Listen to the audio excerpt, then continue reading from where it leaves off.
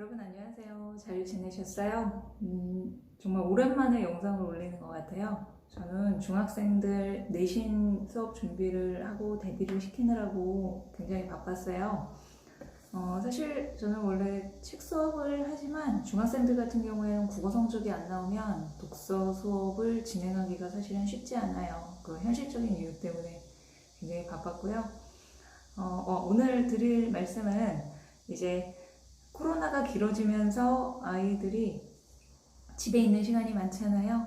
근데 책을 읽어야 할 때 아이들과 실랑이를 벌이는 경우가 많아요. 그러니까 원래 책을 좋아하는 아이라면 상관없지만 책을 별로 좋아하지도 않는데 책을 읽어야 한다면 또 하나의 과제가 되죠. 그래서 집에서 책을 읽힐 때 어떻게 아이에게 관심을 불러일으키고 아이가 책을 읽게 만들 것인가, 제가 말씀을 드려보도록 할게요. 제가 이번에 6학년 친구들하고 수업할 책은 이 책인데요. 악당의 무게라는 책인데 이현 작가님의 책이에요. 이현 작가님은 로봇의 별이나 나는 비단길로 간다 라는 다양한 장르의 소설을 쓰시는 작가님이시죠. 일단 아이가 책을 교과서로 느끼는 순간 끝이 나요. 그러니까 아이가 책이 교과서라고 느끼게 하면 안 돼요. 그러니까 이거는 반드시 읽어야 돼. 안 읽으면 큰일 나. 너 가만히 안 둘 거야. 이런 식으로 얘기를 하면 절대 안 돼요. 그래서 약간은 아이와 밀당이 필요한데 그 밀당을 하는 방법을 좀 현실적으로 말씀을 드릴게요.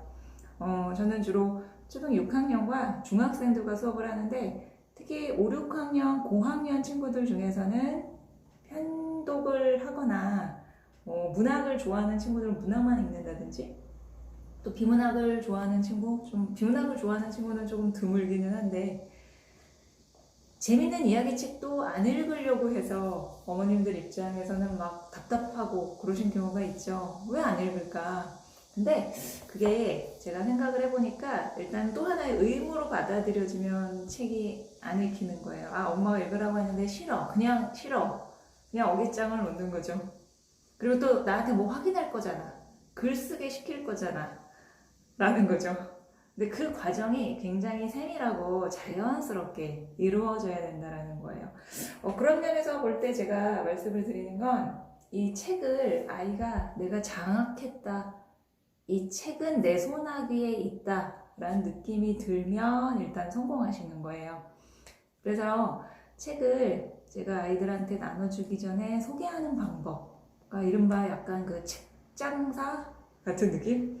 책 판다. 약장사 같은 느낌? 그러니까 저도 가끔 그런 느낌이 들어요.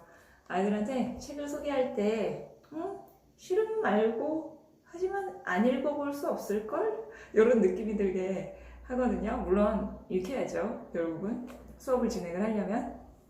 그래서 예를 들면 이 책 가지고 할 테니까 절대 이 출판사에서 협찬받은 건 없고요. 제가 읽어보니까 괜찮아서 수업 도서에 넣었어요. 근데 제발 협찬 좀 들어왔으면 좋겠다. 자, 그럼 일단 이렇게 책을 앞에 표지를 보면 제목이 있죠. 악당의 무게. 그래서 제목을 보고 추측하게 하는 거예요. 그 다음에 중요한 건 이런 책의 삽판의 앞 표지와 뒷 표지가 그렇게 연결되어 있는 경우가 있어요. 그럼 아이들이 이렇게 봤을 때는 뭐야 하다가 이렇게 뒤를 보고 뒷표지와 연결이 되면 저 그림은 뭐지? 라고 해요. 그래서 자, 이게 도대체 무슨 이야기일까? 그다음에 여기 나오는 개가 옆에 빨간 줄이 있어. 그래, 요건 상처인가? 그랬더니 친구들이 이거 누가 일부러 그린 거 아닌가요? 이렇게 얘기를 했어요. 이 책 표지에다가 누가 그린 거 아니냐고 그랬어요. 그래서 이렇게 앞표지와 뒷표지를 보여주시고 그 다음에 여기는 앞표지, 뒷표지라면 여기를 책 등이라고 해요. 그 다음에 여기가 책 배라고 해요.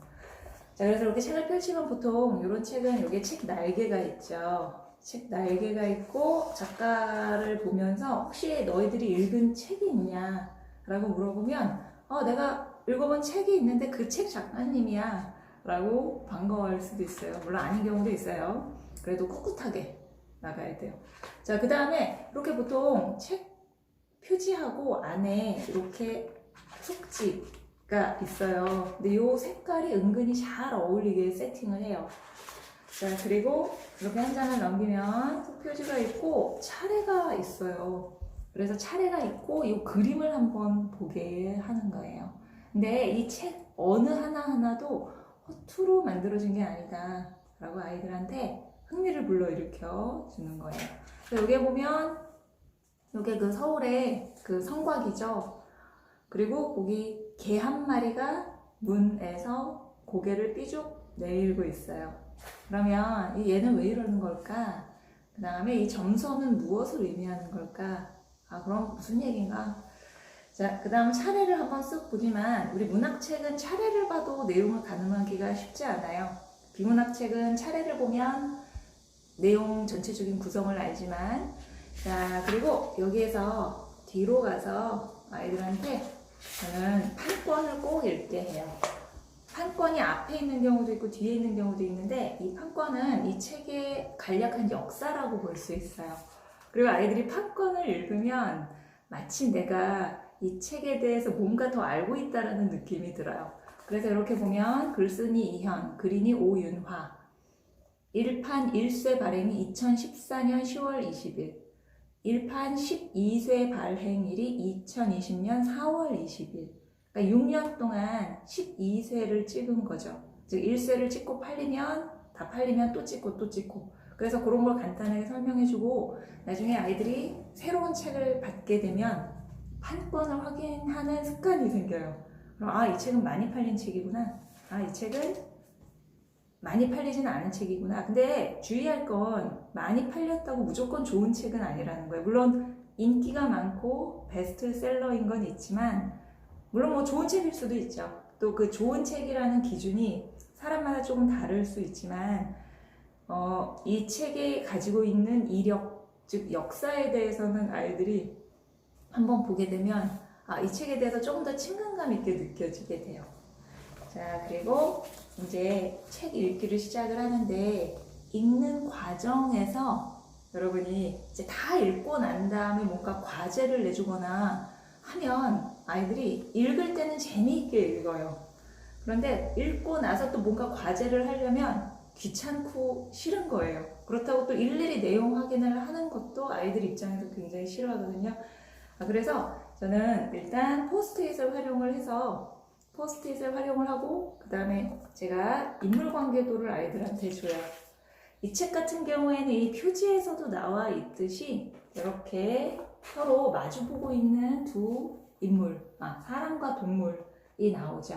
그래서 이제 요거를 줄 때, 자, 내가 왜 여기에다가 이렇게 동그라미 2개를 쳤는지 알아? 이 책을 읽으면 네가 여기에다가 채울 수 있어. 그 다음 주변에 이 등장인물들과 관련 있는 인물들을 작성을 해오는 거야. 최대한 자세하게. 그래서 작성을 하고, 근데 요거는 책을 읽으면서 사실은 해야 돼요. 그리고 가장 인상적인 인물을 이제 요 다 작성한 인물에서 2명을 골라오는 거예요. 근데 아마 여기 앞표지와 뒷표지에 나온 주인공과 이 개를 골랐을 수도 있어요. 그 다음 또 하나는 읽으면서 장면을 인상적인 장면, 뭐 재미있는 장면이라든지 아니면 가슴이 아팠다든지 뭐 슬펐다든지 하는 인상적인 장면 부분을 포스트잇을 제가 3개를 줘요. 아니면 집에 있는 걸 네가 붙여와. 그래서 읽으면서 붙이라고 얘기해요. 왜냐하면 그러면 읽으면서 조금 더 신경을 쓰거든요. 자, 그래서 일단 1차 작업이 이렇게 마무리가 되고 아이들이 책을 읽는 게 가장 중요한 메인이에요. 그래서 과제는 가급적이면 책을 읽으면서 30분 내에 해결할 수 있는 과제 자체는. 하지만 책을 읽는 건 시간이 더 걸릴 수 있죠. 그래서 그렇게 내주고 이제 다음 시간에 보자 라고 이야기를 해요. 자, 그럼 일단 요 작업이 끝나면 다음 시간에는 이 인물관계도와 포스트잇 이 책에 붙인 걸 가지고서 이야기를 진행을 해 나가는 거예요. 그럼 자기가 해왔으니까 할 얘기가 있죠. 가장 경계해야 될 건 이 책에 누가 나와? 이제 내용이 어떻게 돼? 뭐 어느 부분이 제일 중요한 것 같아? 라고 절대로 일방적으로 몰아붙이듯이 얘기를 해서는 안 된다라는 거죠. 그럼 아이가 책을 읽고 요거까지 작성을 하고 오면 거의 50%는 이 책이 내게 된 거예요. 자, 그럼 이제 그 상태에서 다음 시간에는 수업 중에 또는 아이와 이 책을 가지고 이야기를 나누면서 어떤 활동을 할 수 있는지, 그리고 내가 다시 읽어보라고 하지 않아도 아이가 자발적으로 다시 읽게 만드는 방법은 뭔지 말씀을 드릴게요. 그래서 이 방법을 독서 지도를 하시는 선생님들 뿐만이 아니라 댁에서 아이와 내가 엄마가 직접 독서 지도를 하시는 경우에도 하나씩 단계를 밟아가면서 하시면 아이와 트러블 없이 하실 수 있을 거예요. 그리고 가장 중요한 건 엄마도 또는 학부모님도 이 책을 읽으셔야 된다는 거예요. 반드시 같이 읽어야만 이야기를 나누고 엄마가 인상적이었던 부분 세 부분을 붙여놓고 한번 작성을 해보고 나서 아이를 기다리는 그 준비가 반드시 필요합니다. 자, 그럼 오늘은 일단 아이와 책 읽기를 어떻게 시작하는지, 이 책을 장악하게 만드는 방법을 말씀을 드렸어요. 그 다음에 제가 영상을 올리는데 마이크가 없어요.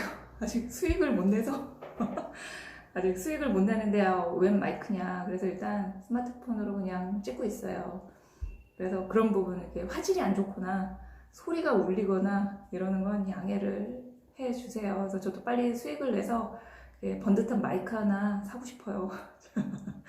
그럼 여러분 다음 시간에 뵐게요.